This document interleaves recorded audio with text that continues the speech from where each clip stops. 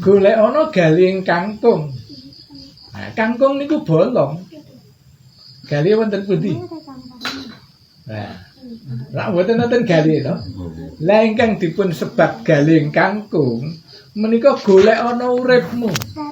Yen kowe wis ngerti uripmu, iso ngerti njaba lan jerone. Iso ngerti njaba, iso ngerti jero. Ha niku jenenge bolong. Bolong plong kaya dene galing kangkung. Nah, wonten ing mriki wonten ajaran kerohanian Sabda Dharma niku diajari goleki uripe.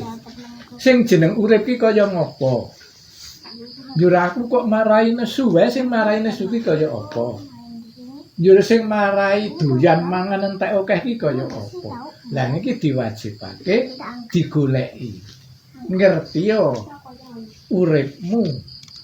Nek sing uripe sing disebut nur cahya ya nure Gusti Allah.